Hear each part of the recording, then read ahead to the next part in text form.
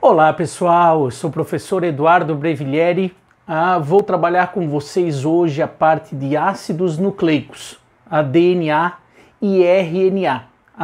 Essas siglas se referem a ácido desoxirribonucleico, porque seria ADN, né, ou em inglês desoxyribonucleic acid. Então por isso a sigla DNA. E a sigla RNA, ácido ribonucleico. O DNA é que vai ter o nosso código genético principal e os RNAs eles são como se fossem os ajudantes do DNA. Então nós vamos dar uma olhada hoje na parte das diferenças moleculares, as diferenças entre as moléculas de DNA e as moléculas de RNA. Olha lá, vem aqui comigo. Primeiro, o DNA é um filamento duplo. Esse filamento duplo do DNA, essa dupla hélice do DNA, então se eu pegasse um pedacinho desse DNA aqui e aumentasse para vocês, a gente veria esse fio vermelho, a gente veria esse fio azul, que a gente vai ver como que ele é composto. O RNA já é um filamento simples, já é um filamento único.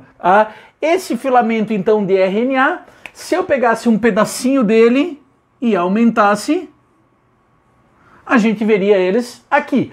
Às vezes, mesmo ele sendo um filamento único, ele pode se enrolar sobre si mesmo. No caso aqui do RNA transportador, por exemplo. Então nós vamos ter essas estruturas. O DNA é onde está gravado o nosso código genético, os nossos genes, ele vai formar os nossos cromossomos, mas eles são macromoléculas, moléculas grandes em nível molecular, quando a gente fala, e essas moléculas grandes de ácidos nucleicos, de DNA principalmente, são feitas de unidades menores. As unidades que formam o DNA e o RNA são chamadas de nucleotídeos. Então, primeiro nós vamos dar uma olhada nesses nucleotídeos. Então, olha só, o nucleotídeo, tanto do DNA quanto do RNA, eles são formados de 3 subunidades básicas. Eles são formados do fosfato, que a gente vai ver que o fosfato ele é igual tanto na molécula de DNA quanto na molécula de RNA, não tem diferença. Existe um açúcar de 5 carbonos central. Esse açúcar de 5 carbonos central é a chamada pentose.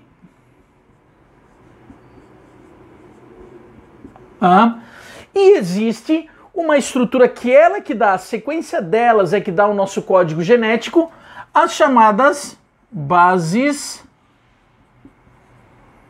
nitrogenadas. Certo? Porque tem nitrogênio, óbvio, na sua composição. Tranquilos? Então essas são as 3 subunidades, tanto do DNA quanto do RNA, são as 3 subunidades que formam o chamado nucleotídeo. Então isso daqui seria um nucleotídeo que eu estaria representando, por exemplo, aqui. Certo? Ou que eu estaria representando aqui. Isso aqui seria um nucleotídeo. Se vocês perceberem, ele compõe tanto a molécula de DNA quanto a molécula de RNA. Para a gente estudar essas subunidades, esses pontos de ligação, vamos começar pelo meio do nucleotídeo. Vamos começar pela pentose, pelo açúcar de 5 carbonos. Esse açúcar de 5 carbonos, se vocês perceberem, ele tem aqui o heteroátomo. Se aqui é o heteroátomo, eu tenho aqui o carbono 1. Nesse carbono 1 é onde vai se ligar, através de uma ligação chamada de beta-glicosídica, a base nitrogenada ao carbono 1 do fosfato, aqui, desculpem, da pentose. Aqui nós temos o carbono 2, aqui nós temos o carbono 3, aqui nós temos o carbono 4, aqui nós temos o carbono 5. Certo, pessoal? Esses 5 carbonos são fundamentais. Carbono 1 Ah, o 4 é meia boca. Agora, o resto, a gente tem que saber o que eles servem. Primeiro, carbono 1. Carbono 1 é onde vai se ligar a base nitrogenada. Carbono 2. Carbono 2 é fundamental para a gente perceber uma coisa. Eu posso ter ligado a esse carbono um grupo OH ou simplesmente um H. Essa diferença vai ser muito importante. Ela, inclusive, vai dar o nome, é uma das interferências do nome DNA e RNA. Por quê? Quando a gente tem um OH aqui, nós chamamos esse açúcar de ribose. Quando não tem esse oxigênio, tem apenas um hidrogênio, nós chamamos isso daqui de desoxirribose. Aliás, eu não preciso nem falar que o nome ribose seria do RNA e o nome desoxirribose seria do DNA. Mas percebam o nome, inclusive, desoxi. Des é um prefixo de 100, né? Ou seja, desoxi seria sem o oxigênio da ribose. Então a diferença da pentose do DNA para o RNA está aqui nesse carbono 2.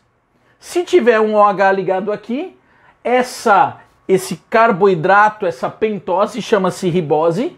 Isso é, na verdade, um açúcar que tem na molécula de RNA. Quando tem apenas um hidrogênio, essa estrutura, essa pentose, chama-se desoxirribose. Eu estou falando de um açúcar, eu estou falando de uma pentose do DNA. Certo, pessoal? Tranquilos? Olha só, então essa é uma diferença importante. Aqui, sempre eu vou ter nesse carbono 3 aqui um grupo OH. Tanto na ribose quanto na desoxirribose. Esse carbono 3, a gente vai ver que ele é importante. Por quê? Porque sempre que eu tiver a ligação de um nucleotídeo no outro, para eu fazer uma duplicação do DNA, para eu fazer uma produção de RNA, eu vou ter que ir ligando nucleotídeos um no outro. Para eu ligar nucleotídeos um no outro, sempre vai ter que ser por essa ponta. Sempre vai ter que ser por esse grupo OH, desse carbono 3.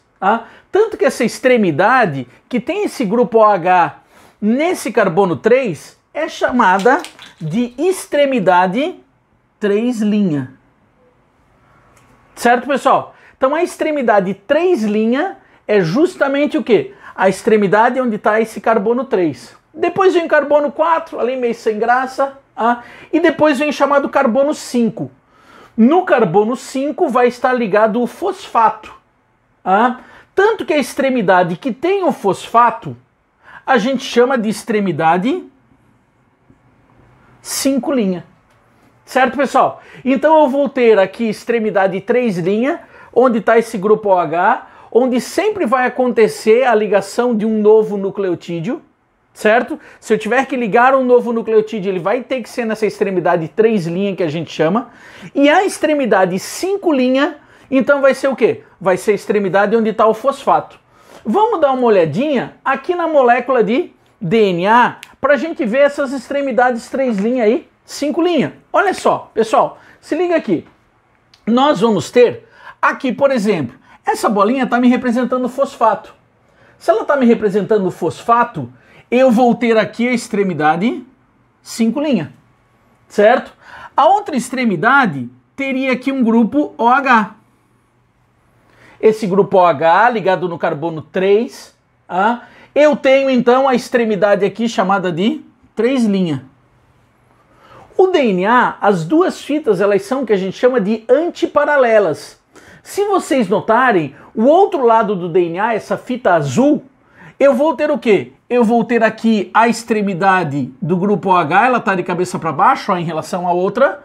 Eu vou ter aqui a extremidade, então, 3'.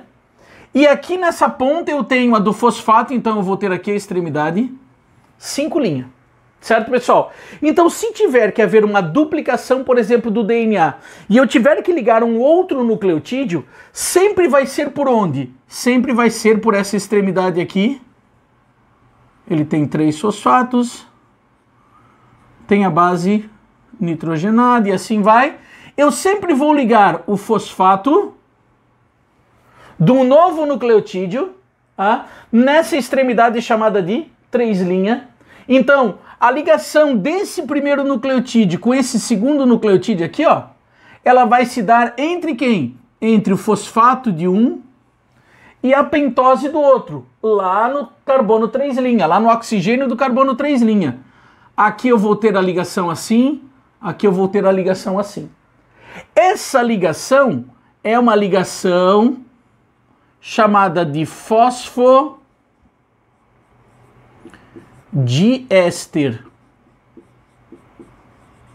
É a ligação, então, entre o fosfato de um nucleotídeo e a pentose do outro nucleotídeo de cima. Certo, pessoal? Então aqui, ó, aonde vai ser a ligação fosfodiéster? Entre o fosfato e a pentose do outro nucleotídeo. E assim vai. Aqui eu estou mostrando as ligações chamadas de fosfodiéster. A mesma coisa para a formação do RNA. Para a formação do RNA eu vou ter aqui, ó, a ligação entre o fosfato e o carbono 3 do próximo nucleotídeo. Essas são as ligações fosfodiéster. Certo, pessoal? Aí eu formei os fios de DNA e de RNA através dessas ligações fosfodiéster. Com um detalhe muito importante, pessoal. Se a gente pegar agora fosfato e pentose, então, não são elas que dão a sequência genética. O que dá a sequência genética, na verdade, são as chamadas bases nitrogenadas. É a sequência delas que dá o nosso código genético. Essas bases nitrogenadas nós vamos ter de 2 tipos. Nós temos um tipo de base nitrogenada que contém apenas um anel. Essas bases aqui são chamadas de pirimídicas ou anéis de pirimidina, e elas podem ter 2 anéis, os anéis de purina, as bases púricas. Na verdade, são 5 tipos de bases nitrogenadas que tem no DNA e no RNA. Esses 5 tipos de bases nitrogenadas, vamos lá. Primeiro tem as púricas e tem as pirimídicas, certo? As bases púricas feitas de 2 anéis, então bases púricas feitas de 2 anéis são a adenina e a guanina. Essas 2 bases são bases assim. Então aqui eu posso ter adenina ou guanina, são bases assim de 2 anéis. Enquanto bases pirimídicas são a timina, tem a uracila e tem a citosina. Certo? Com um detalhe muito importante, que a timina, ela é uma base exclusiva do DNA e a uracila é uma base exclusiva do RNA. As outras estão tanto em DNA quanto em RNA. E um detalhe muito importante, uma base púrica sempre vai ter um encaixe com uma base pirimídica. Mas não basta ter o encaixe, existe um nível de especificidade. Como assim? Vamos ver essa especificidade aqui na molécula de DNA. Olha só, se eu pegar aqui, ó, aqui eu tenho uma base que, por exemplo, é uma base que, se vocês estiverem notando, essa base é de um anel. Se ela é uma base composta de um anel, ela é uma base pirimídica. Ela está ligada numa base do tipo púrica. Certo, pessoal? Tranquilos? Se vocês notarem a diferença entre essa daqui de cima e essa daqui de baixo, ela está nas chamadas ligações de hidrogênio. Ligações de hidrogênio são ligações de hidrogênio ou com oxigênio ou com o nitrogênio. E essas ligações, na verdade, entre adenina e timina, no DNA, que eu estou falando aqui do DNA, Entre adenina e timina vão ter 2 pontos de ligações de pontos de hidrogênio, de ligações de hidrogênio. Então eu vou ter entre adenina e timina 2 ligações de hidrogênio. E entre citosina e guanina eu vou ter 3 ligações de hidrogênio. Então olha só que coisa linda que a gente vai ver aqui agora. Olha só, se eu pegar, por exemplo, isso daqui, eu sei que seria uma base de 2 anéis. Se é uma base de 2 anéis, ela seria ou adenina ou guanina, porque é uma base púrica, certo? Só que eu tenho aqui 2 ligações de hidrogênio. Se eu tenho 2 ligações de hidrogênio, essa aqui é a base púrica, eu posso dizer que essa daqui é a adenina e essa daqui vai ser a timina. Certo, pessoal? Tranquilos? Por quê? Porque base púrica tem 2 anéis. Se tem 2 ligações de hidrogênio, as 2 ligações de hidrogênio ocorrem entre adenina e timina. Então eu vou ter aqui o quê? Se eu tenho aqui a adenina, que é a base púrica, aqui eu vou ter a timina. Se vocês notarem, nessa segunda ligação aqui, eu tenho 3 ligações de hidrogênio. Aqui eu tenho, então, ou citosina e guanina, guanina e citosina. Agora eu vou definir qual é a citosina e qual que é a guanina. A guanina é a base púrica de 2 anéis e a citosina é a base pirimídica de um único anel. E entre elas 3 ligações de hidrogênio. Se a gente for ver aqui eu tenho 3 ligações. Se eu tenho 3 ligações, mais uma vez eu tenho o que? Citosina e guanina. Mas qual que é a guanina? A guanina é a base púrica. Essa então aqui seria a guanina. Essa daqui seria a citosina. Certo? E essa última ligação aqui, opa, 2 ligações de hidrogênio. Se são 2 ligações de hidrogênio, eu tenho aqui entre adenina e timina. Se eu tenho entre adenina e timina, essa daqui seria o quê? Essa daqui de um único anel, ou seja, de anel duplo, seria a adenina. Essa daqui de anel simples seria a timina. Certo, pessoal? Tranquilos? Então, o que vai definir aqui, ó, nesse meu desenhozinho, é eu perceber quem são bases púricas e quem são bases pirimídicas, e é eu perceber o número de ligações de hidrogênio. Pode ocorrer ligações de hidrogênio em um RNA? Sim. Por exemplo, se nós pegarmos aqui um RNA transportador, ele também vai ter o quê? Também vai ter ligações de hidrogênio. Só que as ligações de hidrogênio aqui vão ser o quê? Entre adenina e 2 ligações com a uracila, e entre citosina e guanina com 3 ligações de hidrogênio.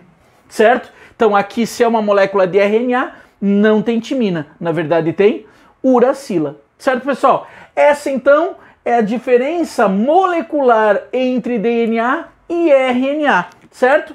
Até a próxima, daqui a pouco a gente continua. Nos acompanhe. Vamos lá!